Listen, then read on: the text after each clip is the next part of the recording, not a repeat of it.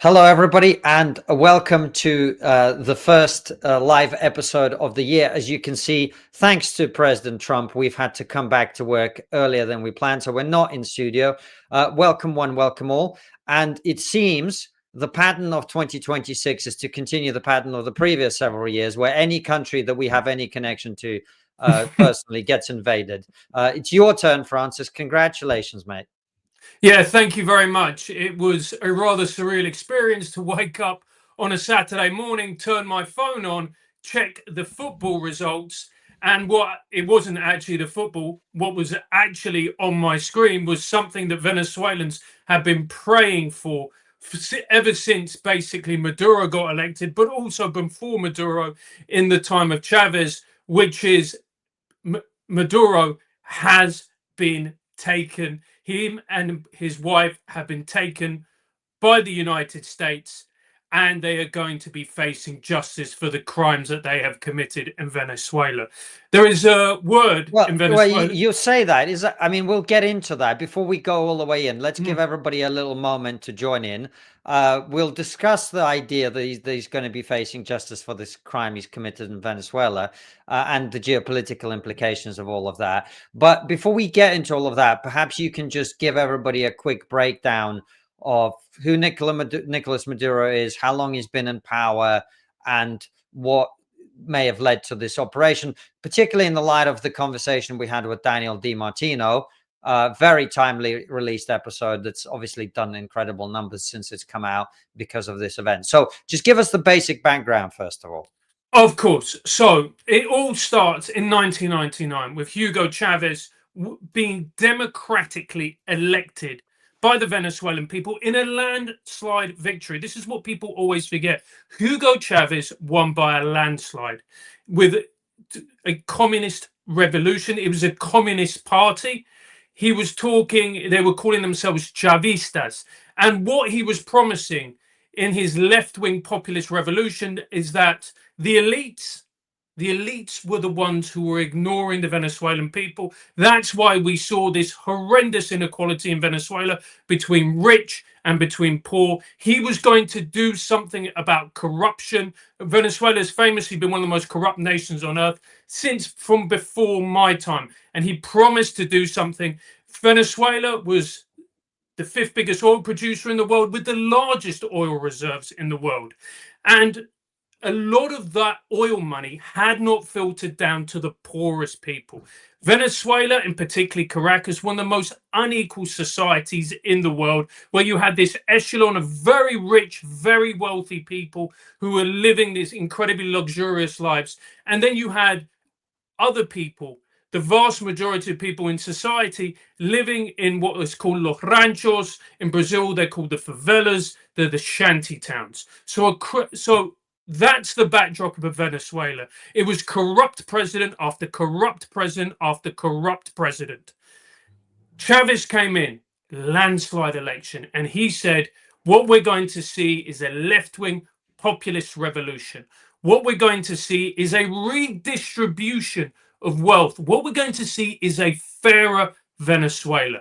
And the thing that's very interesting, and we may come back and talk about this, is he was seen as a symbol. He was seen as a symbol of socialism. This was going to be the new way. This was going to be the new left-wing revolution. And the usual suspects got behind it, the Owen Jones, the Jeremy Corbyns, the Bernie Sanders, who eulogized Chavez and said, this is the way it should be done. And you know what? For the first few years, it seemed to be going okay. Oil prices spiked. There was some sort of redistribution of wealth. Hospitals opened, new schools, etc., etc. And people were thinking, actually, could this be a new dawn for Venezuela? A new dawn for a fairer Venezuela for everybody? But unfortunately, what happens with communist parties and communist dictatorships is they start off with a narrative of fairness, and you will know this very well yourself, Konstantin, and slowly but surely, the tentacles of power start to go into every facet of society. And we saw this bit by bit in Venezuela. It started off with allegiances with Cuba. So there was allegiances between Venezuela and Cuba. And what that actually was Venezuela providing Cuba with cheap oil, cheap petroleum, helping to keep their crippled economy afloat. And Fidel Castro at the time providing Hugo Chavez with the means and the know-how in order to take over Venezuela and turn it from a very corrupt, although capitalist country and incredibly wealthy, to what we see now, which is a communist country, which is economically crippled, with a population of 9 million people who now live abroad, because the situation in Venezuela for the vast majority is simply untenable. It is one of the poorest nations on earth. Its life expectancy is lower than Syria. Inflation regularly hits around 200%. We talk about unfairness before, but now what we have is a majority of people who struggle not only to make it through a day or a week or a month, but struggle to eat. What Venezuela has become is it's turned from one of the richest countries in the world to an absolute economic basket case. Now, what happened with Chavez is his power grew, and as his power grew, so did the human rights abuses. So did going after political opponents, imprisoning them, imprisoning journalists, threatening journalists, torturing journalists. There was no such thing as freedom of speech in Venezuela. And that was how it progressed. And then the economy crashed.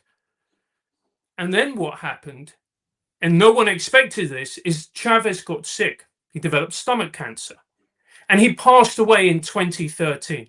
Now, this was a ray of hope for Venezuelans at the time, who thought to themselves, now maybe with Chavez gone, there's a new hope. Maybe with a new leader, we can have a new dawn. Maybe there's going to be a chance for us to be able to actually start again. Let me guess, it worked out perfectly. Yeah, it worked out perfectly. He elected a man called Nicolás Maduro. Now, this is very interesting. Nicholas, and this was a shock to every Hold on, when you say he elected, who elected? Oh, sorry, he didn't elect. There you go. There was a Freudian slip. He nominated his successor on his deathbed, Nicolás Maduro. And this was a shock at the time in Venezuela, because there were other big players who people expected to be the leader. Now, Nicolás Maduro was a former bus driver. He was in a rock band. This was not a man of great intellectual ability. But what he was known for amongst the Chavistas, above all, was his loyalty to the revolution, to the Chavez project. And when he was nominated, people were actually quite shocked. But the thing with Maduro's government is that it was even worse. The human rights abuses became worse. The poverty became worse. Everything in the country came to the point where it became a failed state. And Maduro has presided over Venezuela since 2013. And he has presided over a country that lives in fear, that feels unable to not only voice their opinion, but also there's a word in Venezuela in Spanish called esperanza, which means hope. And esperanza, the first part of that word, espera, which means to wait. And Venezuelans have been waiting a long, long, long time. In fact, many of them have actually given up hope that Maduro and his ilk were actually going to be gone. So it's been a very, very interesting time for Venezuelans. It's been a real shock for them, what happened a couple of days ago. It's disbelief. There's a little bit of esperanza in there, but there's also fear as well. Because as you know, after the Soviet Union collapsed, what's even more dangerous in an authoritarian regime is a power vacuum. And we can go into what's happening now, the successor who's been appointed, who she is, and all the rest of it. Well, we can. It's really interesting to hear, first and foremost, your background on how the people of Venezuela feel. There are lots of suggestions in the comments that you should be appointed king of Venezuela. One I obviously support. One of the things that I think is interesting, though, is with all respect to Venezuela and people in Venezuela, I don't think this operation had anything to do with the things that you're talking about, right? And that I think is very clear, because this is essentially, and we've heard from Secretary of State Marco Rubio on this. This was an action that was based on the fact that Venezuela was not just a poor country that was treating its citizens badly. That really, obviously, that those boxes are ticked for lots and lots of countries around the world. The reason this happened was that Venezuela was becoming a hostile force within America's hemisphere, within America's sphere of influence, within America's sphere of dominance, you might say. Can you talk a little bit about the fact that we know, for example, that the Venezuelan government under Maduro was playing footsie with China, was playing footsie with Russia, was hosting, as far as we know, maybe even Hezbollah training camps in Venezuela. Tell us about that. So Maduro and before that Chavez were always anti-West. They talked about America as this great evil, the great Satan. In fact, Hugo Chavez famously said that George W. Bush was as dangerous as a monkey with a razor blade. It was one of his many sayings about George Bush. But it comes from that hard left communist viewpoint that America is the great Satan, that for too long, America has had, or the United States has had, Latin America in its iron grip. And what America has done is it is use the resources and the country and the peoples of South America for their own gains. And what Chavez and Maduro wanted to do is they wanted to seek alliances with other countries and other nations who are actually the enemies of the United States of America. So the Irans of the world, the Chinas of the world, and the Russias of the world. And these alliances for those countries was incredibly attractive, because what you don't know, well, what a lot of people don't know, is Venezuela has the largest oil reserves in the world. And as a result of that, for the Chinese, maybe less so for the Russians because they've got their own oil reserves, and the Iranians, that meant that it was a very, very powerful ally. And Venezuelan oil is quite unique in that it's actually very diverse. A lot of petroleum, when it's taken out of the ground, the oil that's taken out of the ground, it can only be used maybe for one or two things. But Venezuelan oil can be used for many things, from petrol right the way through to helping to resurface roads, etc. So this is incredibly valuable stuff that Venezuela has. And not only that, it's also got reserves of gold, natural gas, minerals. Venezuela is one of the most resourceful countries and rich in resource countries in the globe. So for those countries to have an alliance with Venezuela is pretty much priceless.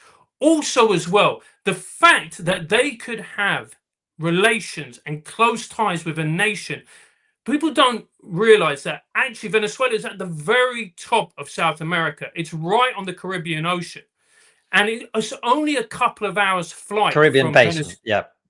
From Caribbean Basin, from there to Florida to the United States. That's one part of it. Another part of it that really frustrates America is in South America, Venezuela is known as El Puente, the bridge. Why is it called the bridge? Well, it's very simple. Because Venezuela doesn't produce cocaine. Bolivia, Colombia, Peru produce the cocaine. But Venezuela is known as El Puente, the bridge. So people, drug traffickers, take their drugs to Venezuela, and then they use it as a bridge to go to different parts of America. And that, again, was another. It's not the main reason by any stretch of the imagination, but it was a huge frustration to American governments that Venezuela was essentially not only turning a blind eye to this kind of criminal activity, but actually profiting from it.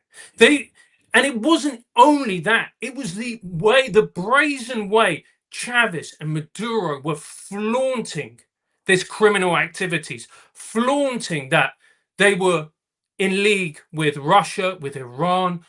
I remember talking to a cousin of mine there, and I was asking how Venezuela is, and he was like, bro, we now have Hezbollah training camps. If you think about it from the Americans' point of view, this is entirely unacceptable. The provocative nature of Chavez and then Maduro thumbing their nose at Venezuela was, for many American governments, untenable. Another example, Guyana. So for those of you who don't know, Guyana is a country in South America. It's a former British colony next to Venezuela. And there's always been disputes between Venezuela and Guyana, saying Venezuela say Guyana, there's a region of it that should be part of Venezuela. The Guyanese dispute this, but it's impenetrable rainforest. Who cares? Until 2015, when some of the largest oil deposits were found in Guyana. At this point, Venezuela decided that they were going to stake a claim to this territory. Maduro redrew the map of Venezuela, distributed it to schools with this new territory as being part of the Venezuelan nation. He then, in 2024, I think it was, or 2023, they had an election where he asked the Venezuelan people, should this new territory be part of Venezuela? And apparently, the Venezuelan people agreed to it. So you see, what they were doing was not only liaising with the enemies of the United States, not only were they providing and profiting from the drug trade, but they were also saber rattling right in America's back door. And this came to a point. Biden put a bounty of around $50 million on Maduro's head, and then Trump came to power. And as we all know, Trump and Biden are two very different animals. What Biden may see as acceptable or even turn a blind eye to, that wasn't going to wash under Donald Trump. In Trump's own words, fuck around, find out.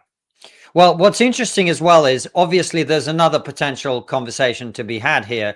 And a lot of people are pointing out, calling me and you idiots in the chat, saying, you idiots, this is all about oil. And you mentioned that Venezuela has a lot of oil. To what extent is it fair to say this is just a land grab, oil grab, United States basically trying to control Venezuela's oil supply? I mean, it's an interesting argument given the fact that the US is the largest oil producer in the world. It's not like it needs loads more oil. What it probably doesn't want is the Chinese and the Russians and the Iranians Iran has a lot of oil, the Chinese in particular, to control that. What's your view on that conversation? So one of the opinions that people are saying is it's not that America needs the oil. The reality is Venezuela provides around 4% of the oil for China. China is not largely dependent on the oil. 4% is still a significant percentage, don't get me wrong, but it's not life-threatening to its society. But a lot of people are saying that what Trump wants to do is he wants to seize Venezuela, then co-opt the oil, bring in American companies. They're going to make a lot of money, but it's also going to help to control the oil prices.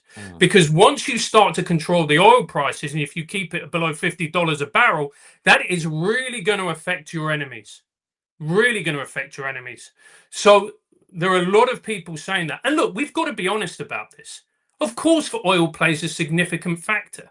Of course they do. American companies were making billions upon billions from Venezuelan oil.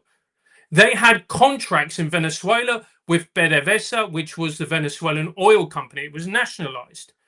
Chavez and his cronies tore up all of that. So of course that's going to actually be a very, very significant part of this decision. But I also do think the geopolitical element of it, we talked about this with Mike Baker. We have been talking about this for a while on Triggernometry. This plays a very significant part. The fact that this Venezuela is perceived as a security threat, the reality is this was always going to happen. Well, the surprise came that it happened in the manner that it did, which I don't think anyone would have predicted. Well, that's something we should talk about, the manner that it happened as well. I mean, one of the interesting things is this: we really should take this opportunity to give ourselves a huge amount of credit, I feel, in that you've been talking about this for a long time. You've been at me to get guests on to talk about this. Our interview with Daniel DiMartino, which I mentioned at the beginning, we released that, I think, on Christmas Eve. We kind of knew this was coming at some point, because if you were actually paying attention in detail, you knew that it was building up to this. But what has been interesting, I mean, one of the things we haven't talked about, and it's really shaping the way people discuss this issue, because as we know, having talked to lots and lots of people, from different sides of the political spectrum, there's obviously a massive isolationist, non-interventionist wing in American politics in particular. And I think it's fair to say that it's based on the fact that Iraq was a disaster, Afghanistan was a disaster, and before that, Vietnam was a disaster. But what's happened here is a president that many people thought would be non-interventionist and isolationist is actually showing that there is a third way in all of this, which is you don't have to withdraw from the world in a way that I think it's reasonable to say America cannot do while remaining a great power. Being a great power means controlling the territory around you, controlling neighboring countries, making sure that other great powers don't encroach on your territory, don't sabotage your operations, etc. But what he's not doing is getting America embroiled in a regime change war in Iran. He just takes out the nuclear weapons in 12 days, job done, largely using Israeli intelligence and so on. And here in Venezuela, what we saw is an intervention with zero casualties by the Americans, where they effectively go in, extract the leader who they consider a problem, and then leave. We'll talk obviously about the implications for Venezuela going forward, but it is quite a remarkable thing. And I think President Trump is single-handedly showing that you don't have to be someone who launches long, costly trillion-dollar wars to deal with specific problems in the way that we've seen in the past. Completely agree. I mean, Trump, in his address to the nation, said that only the Americans could have been capable of pulling off this kind of operation. And he's right. He's right. I couldn't think of a single other nation that would have been able to do this. The way that Delta Force carried this operation out, it was absolutely masterful. So I was talking to my friend, and he was saying that on Friday night, it was around 2 o'clock in the morning. He's an insomniac, so he was playing Sudoku, and he heard planes flying overhead. Now, at the moment, there is a no-fly zone across Caracas, the capital, and across Venezuela. And so he thought that was bizarre. He heard a huge explosion, and then he heard another series of explosions. And then that was it. That was it. Now, I do know one person, a cousin of mine, who lives close to the area that was affected, whose windows were blown out. But that seems to be pretty much all that happened as far as civilians, as civilian casualties. Well, not even civilian casualties, but property was affected, etc.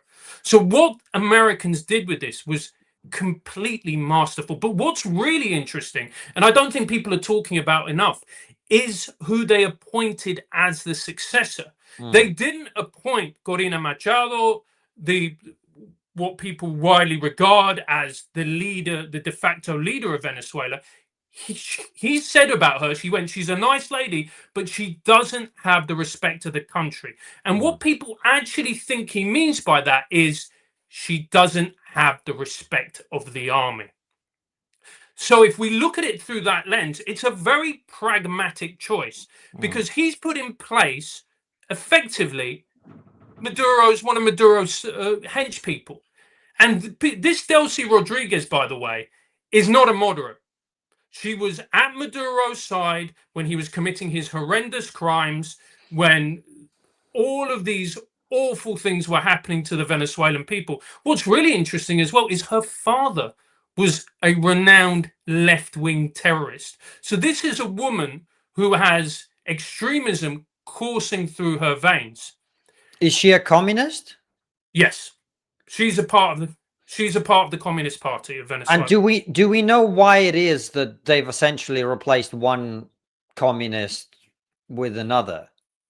Well, this is where we get into the realms of conjecture, because the rumors in Venezuela are there have been multiple bounties on the heads of the regime. Mm. So in the heads of the regime, there have been multiple bounties. However, with Delcy Rodriguez and her brother, who was the head of the Senate, there was no bounty. So people are going, hang on a second, why is it everybody else has got a bounty for 10, 20, 50 million dollars on their head, but Delcy hasn't? And the rumor is that she was in league with the Americans. She knew what was going to be happening. She was the one who gave the information. Now, this is just conjecture. We don't know. These are just rumors.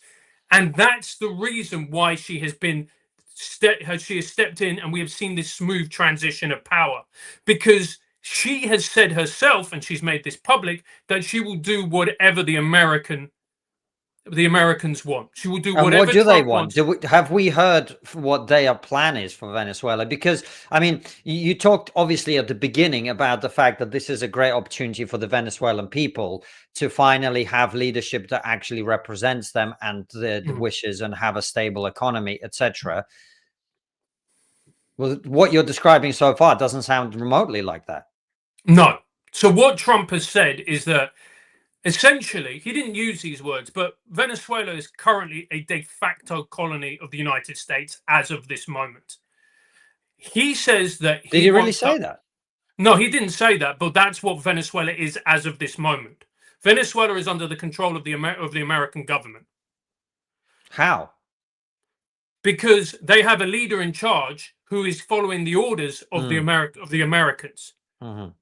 That there is no question about that. If she, and Trump has said this, if she steps out of line, the same thing is going to happen. So she knows that she can't fuck around, to put it bluntly.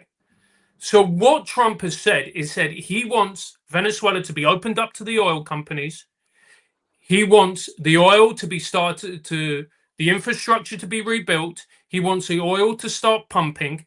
And he says eventually he wants it to be ruled by a Venezuelan leader who will treat Venezuelans with dignity and respect and be a good ally to America.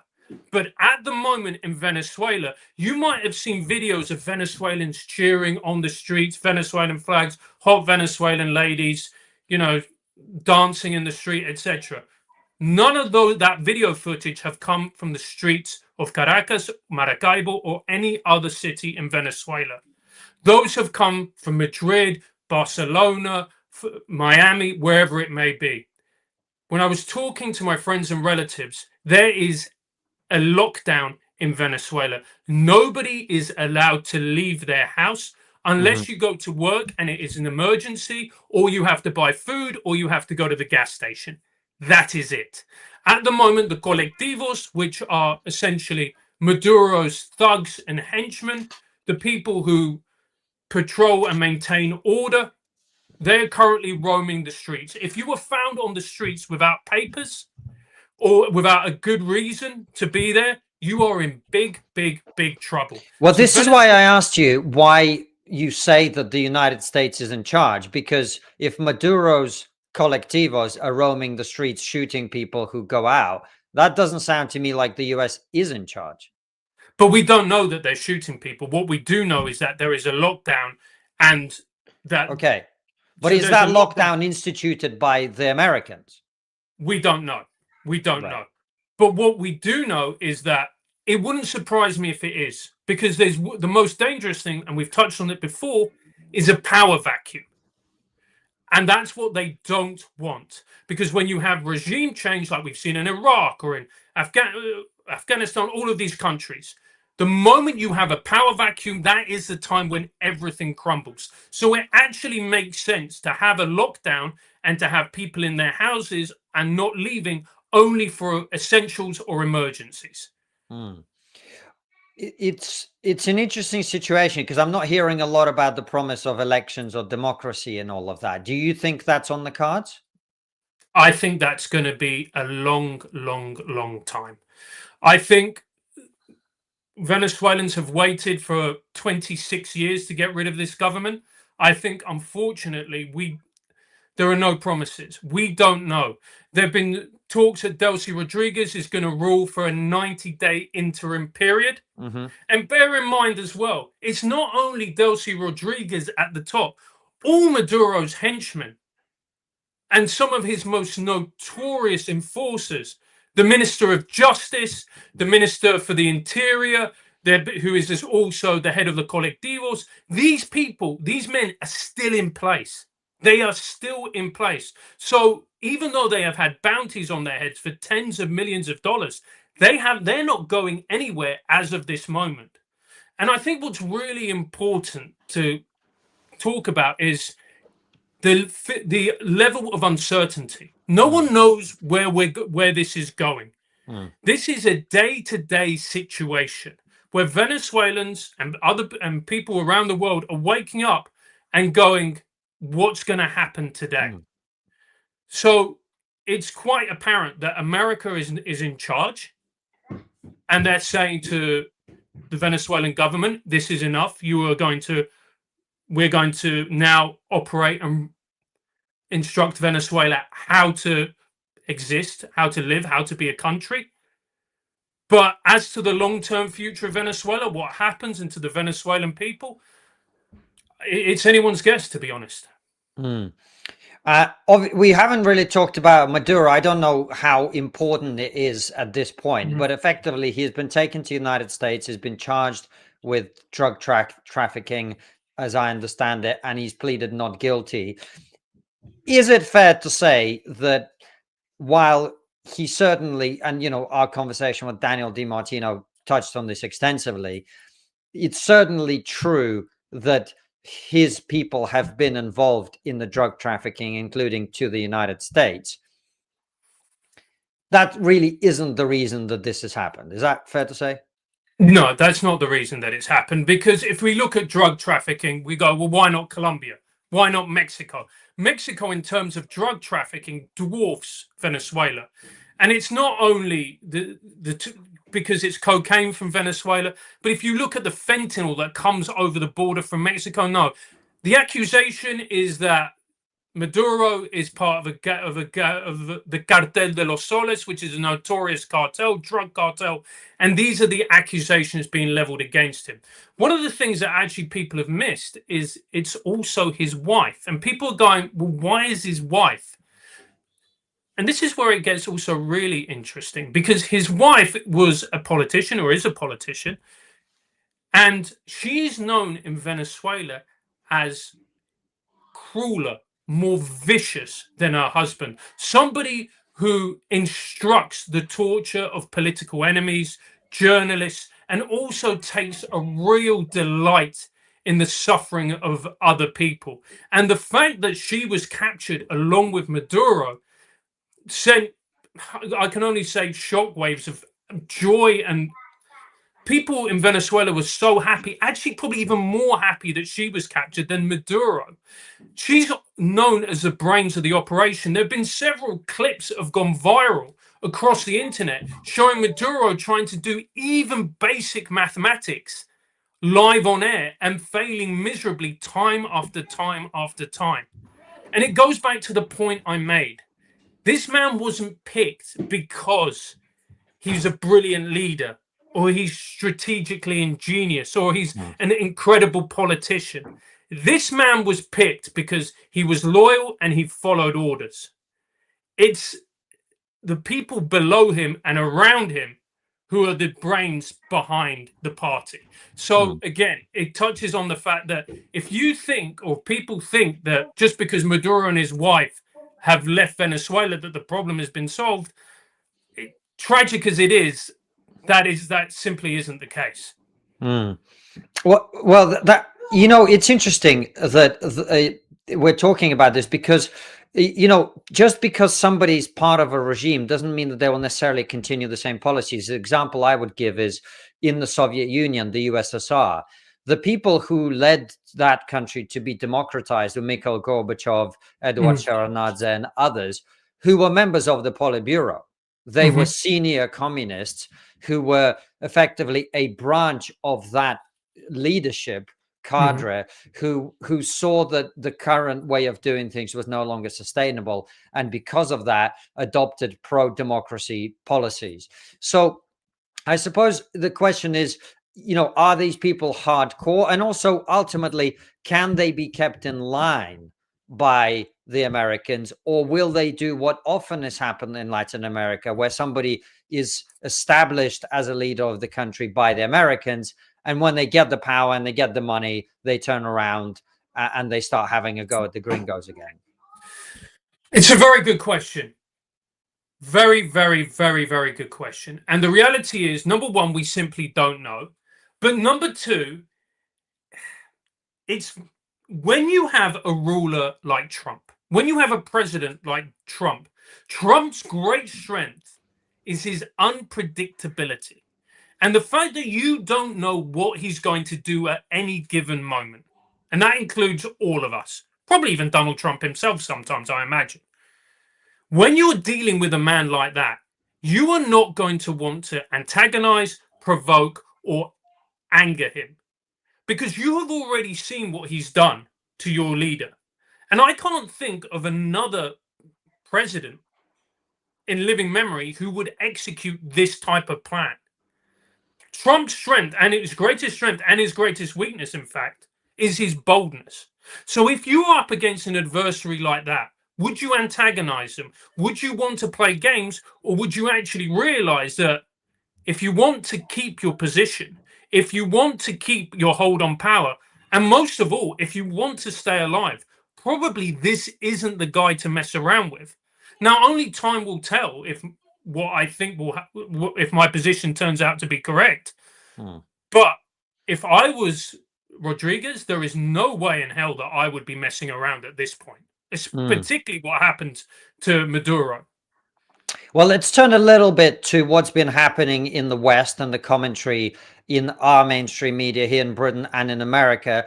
It's been an interesting one. So there's been the full range of perspectives, all the way from a lot of people in the mainstream media banging on about international law and talking. I mean, I saw one moronic tweet from, I think, John Simpson from the BBC talking about the fact that, well, this now means that if China invades Taiwan, we don't have the moral legitimacy to criticize them, as if having the moral legitimacy to criticize China after invaded Taiwan would stop China invading Taiwan. Or we're going to provoke Russia into, Russia's already invading Ukraine. So that's on the one hand. On the other hand, you have, the Candace Owens of the world who are I can't. They're blaming Israel somehow. And then all the full spectrum of opinion in between. What have you made of the response in the West? The response in the West has been very interesting, and particularly when you look at the position of Keir Starmer, who it's rare that I say this, but I actually had a real empathy for him, because he knew that he didn't want to antagonize Donald Trump. The last thing he wanted to do was antagonize Trump. Our country is struggling. The United States are one of our greatest allies, trade partners. The last thing he wants to do is piss Trump off. And especially when, as we've talked about, Trump is erratic, Trump's emotional. That could damage the relationship, it could damage the economy, etc., etc. But he also had pressure from the Labour Party, prominent members like Emily Thornberry, who was saying that, that this is unacceptable. The reality is, when you look at the rhetoric, it doesn't matter. It really doesn't matter. What we're seeing now with Trump's actions, with his actions in Venezuela, in Iran, is the old order has now changed. This idea of international law, this idea of we have to respect, sovereign nations, that's done. It's gone. Russia didn't play by those rules, and you could say that Russia haven't done badly out of it. And you're looking at America are going to play by their own rules. And it goes back to what we know, if all of us who watch, listen, or read about history, it's the strong who set the agenda. If you've got the might and you win, you're right. and everybody else can talk, or they can point the fingers at the blame, point the fingers of blame. But the most powerful are the ones who dictate and set the agenda. And if you're powerful enough, everybody else is going to fall in line. Well, yeah, it does seem like, there's been a lot of talk about the international rules-based system, and it was a system that worked as long as everybody basically agreed to do what the Americans wanted. And then, as I've talked a lot in the past about when you have a lot of people who are very excited about a multipolar world, well, welcome. This is what it looks like. This is what you wanted. You wanted a multipolar world. Now all the great powers are going to do what they want to do, because multipolarity necessarily means competition. It means fighting and jostling for position. It means fighting for spheres of influence. And that is, of course, what you're now seeing. And what I think President Trump has done is recognized that reality, recognized the reality to effectively say, well, look, maybe, international rules-based system is pretty good, but that is not what we have anymore. And if that's not what we have anymore, America has to look out for the interests of the United States and its broader alliance. And what's interesting for us here in the UK and in Europe, of course, as you mentioned, just how irrelevant Europe has made itself, just how irrelevant Britain has made itself, just how completely lacking in any kind of influence we now are. And it's partly because we are no longer effectively doing what we have to do to fund a military that is capable of pulling its weight. We do not have the resources. We do not have the economies either to be able to contribute and to be able to punch at our weight, let alone above our weight in the world. And that is the reality that is being exposed every single time Donald Trump and his administration do something like this, because people just look at it and go, why would I talk to Keir Starmer? What's he going to do? Right? He's going to give me some nonsense about, diversity is our greatest strength. And then, and that's basically all you're going to get. This is not anymore a credible ally for the United States, which is deeply embarrassing and absolutely not how it should be. And if you think about where the United Kingdom has been in terms of its alliance with the US, historically speaking, I don't think we've ever been less relevant. Unfortunately, I agree with you. And it's not just us, Konstantin, it's Europe in general. Of course. And you can see this by the way that Trump talks about Greenland. He's essentially saying that, maybe we're going to go after Greenland, or maybe not, but we want Greenland. Before, this would have been complete anathema to an American president. They would have never said this in a million years. But the fact that Trump and the Trump administration is talking openly about Greenland and taking Greenland shows not only do they see us as weak, but they see us as utterly irrelevant. Utterly irrelevant. Because we all know, if they want to go after Greenland and take Greenland, what's Denmark going to do? What's the EU going to do?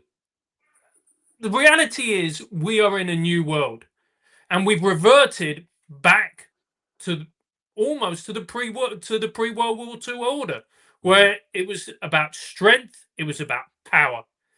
And we can see now that that's where we are. We have the Russians invading Ukraine. We have China glancing covetous eyes at Taiwan. And we have America literally taking the Venezuelan leader and his wife, openly saying to the Colombian president, you best fix up, mate, otherwise I'm going to come for you. And not only that, saying, you know what, we might take Greenland as well. The old world order and the world that we used to live in a few years ago, pre-Russia's invasion of Ukraine, that is gone, that is done, that is over. We're living in a new world now. And as with all of these things, you have two options. We in the West, we in Europe, we in the UK have two options. We carry on and believing in international law and sovereign nations and, oh, you can't do this and you can't do that, and I'm going to wave my fist at this and this is unacceptable. Or you get with the program and you start developing policies and implementing those policies that are effective to live in this new world. Well, one of the things, I'm not super excited about living in a world where might makes right. And the fact that we've ended up here is not necessarily a good thing, I feel. But, you and I have talked about this for a long time, which is ultimately, if you are dealing with other people who are willing to cheat, lie, steal, manipulate, attack, invade, etc., you need one of them on your team. If you cannot enforce world order through the United States being as dominant as it has been historically, and you have some kind of stability that is ensured through the mutually assured destruction of nuclear weapons, and we have a great episode with Eric Weinstein coming out about just the exact impact nuclear weapons have had on the safety of the world, but also the risk, of course. What you end up with is this situation where it's sort of every great power for itself. And ultimately, as people who live in the West and believe in the West and want the West to thrive, we were always going to need people on our team, the Thatchers and the Reagans of the world, who fundamentally recognize that the only way the West survives and thrives is if we're willing to be strong and willing to deal with enemies and adversaries when they directly threaten and challenge us. And to the extent that that is what Trump is doing, I think it's a good thing. And one of the things that we should probably address is that a lot of people will say, well, if you defend this, you then support Russia's invasion of Ukraine. No, I don't support Russia's invasion of Ukraine, even if I did defend this, because I want our civilization to be strong and dominant. And my opposition to Putin is based primarily in the fact that what he's doing is not in our interests. It's against our interests, not because it's about international law, which I always thought was a fiction, and a ridiculous one at that. It's not something that can be enforced. A law is something that requires submission to an overarching authority that is backed by the use of force. If you don't follow the tax code in this country and you don't pay your fines, ultimately, at the end of the day, men with guns will come to your house and arrest you. That's what will happen. But on the international stage, there is no such mechanism. The UN, even if you believe it is that, is not capable of enforcing any of the international laws it so happily introduces and advocates for. So what you've got effectively is something that is not enforceable and is therefore not an actual law. It was a voluntary agreement that has been repeatedly violated, and to realize that and act accordingly seems to me at least effective. The morality and ethics of it obviously is a separate conversation. Completely. And I want to make clear as well that there's no glee in me saying this. This is simply stating of the fact of where we are.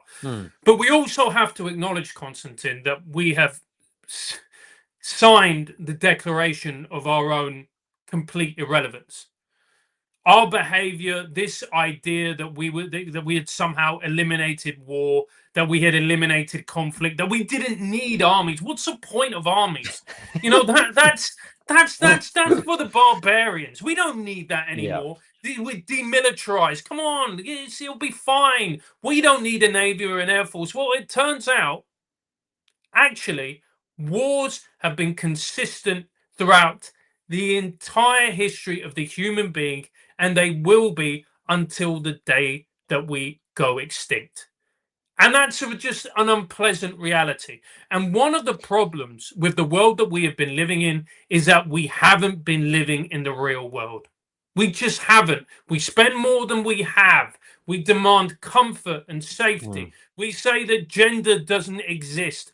All of these different fantasies that we've been entertaining. You can entertain fantasy, and you can entertain fantasy for a certain period of time, but eventually you've got to wake up. And the longer you leave the fantasy running, the more harsh the wake-up call is going to be. And to be brutally honest, for us in the West, and particularly in Europe, we're facing a really harsh wake-up call. It started with Russia's invasion of Ukraine, and it's going to carry on getting more harsh. And we need to see this as a wake-up call, and we need to get our own house in order. What's interesting to me is how ignorant people have become about this, and it sparks the rise of people who simply don't understand. Why do we go to why can't we just have peace? Well, everyone would love peace, but if you look at Thomas Sowell, I think it's a Thomas Sowell line that the best way to predict human behavior is to look at human behavior in the past. And if you look at I've got a friend of ours gave me Winston Churchill's History of the English-Speaking People, which I'm reading now. It's a fascinating set of books, which I'm really enjoying. I mean, when you read history, it's almost always all about war. It's defined by war. It's like every English and British king and Saxon king, etc. before that, their entire lives were defined by having to defend their country and or advance its interest against enemies and adversaries. That is what it is. And President Trump is effectively recognizing that reality through his behavior. So I think there's been a lot of naivete, as you say, in the West on all sides. You've got the people who think that if we just sat in our country, whether that country is Britain and America, and didn't touch anyone, no one would touch us. Well, that's not how the world works, because when you retreat from the world comes to your borders. And that's ultimately what America has been dealing with when you've got Chinese influence all over its neighboring countries and, in fact, within the United States itself. Likewise, if you want American interests to be well tended to, you're going to have to go out and take care of them. That does not mean you have to go into Iraq or Afghanistan and stay there for 20 years and lose thousands of people and spend trillions of dollars. You can be smart with it, which I think is what Trump is showing. But what he has done with the strikes on Iran and now with Venezuela is give a massive smackdown to anybody who thought that this is their time to challenge American dominance. Completely. And the reason that Venezuela has been the focal point is because it is geographical proximity to the United States, but also how rich in resources it is. Not just oil, but all of the rest of it. And you can, if you're talking about power, if you're talking about strength, you can't have a leader like Maduro doing what he was doing, openly flaunting his alliance with your enemies, supporting your enemies, having terrorist training camps, and not only that, but gleefully taking two fingers to you. If you are going to be a nation that is run through strength and power, eventually there's going to be one provocation too many. And that's what happened with Maduro. The rumor is that there were months of negotiations where they said, and Trump said this himself, where they actually said to him, we are going to manage your exit. You can leave. You can actually leave and do like a lot of Venezuelan presidents and go and live in Costa Rica or some other country, and you'll be safe and nothing will happen to you. We guarantee it. He refused. He carried on flaunting his alliances. He kept giving the two fingers. And in the end, he paid the price. And I think that is just an aperitif for what we're going to see in 2026. It's going to be fascinating to see how the Chinese react. The Chinese are already saying that, that they had agreements with Venezuela. These agreements must be honored. We're going to see if Americans are going to honor that agreement or if there's going to be another conflict. Yeah, I don't think so. I don't think that's likely, mate. But we will see what happens. Obviously, it's a fast developing situation. So we should say, of course, our hopes are that the people of Venezuela finally have a government that looks after their interests and ensures that they can finally live in prosperity and enjoy all the benefits of the tremendous resources that you've been talking about. Before we wrap up, is there anything else that you feel we didn't mention in this conversation that we should talk about? So, no, I think we have pretty much covered everything. We've smashed it, guys. We've absolutely destroyed this conversation. Thank you for tuning in. Of course, if there is more updates, if there are any significant changes, we will do another one of these streams. In the meantime, of course, we've got amazing episodes coming out over the next few weeks of the new year. Thank you for being here. A lot of you have sent super chats, which we really appreciate. Thanks for your questions, for your suggestions, and thanks for tuning in. When there is more to share with you, we will do so. In the meantime, if you're not already a subscriber, make sure you click subscribe right now so that you're updated the next time there's a conversation or an episode goes out. And we very much look forward to being with you in 2026. It's going to be a great year for us because the world's going to shit. Indeed it is, and there's never been a better time to watch or listen to Triggernometry to keep you company as we all go down the proverbial plug hole. Take care, everybody.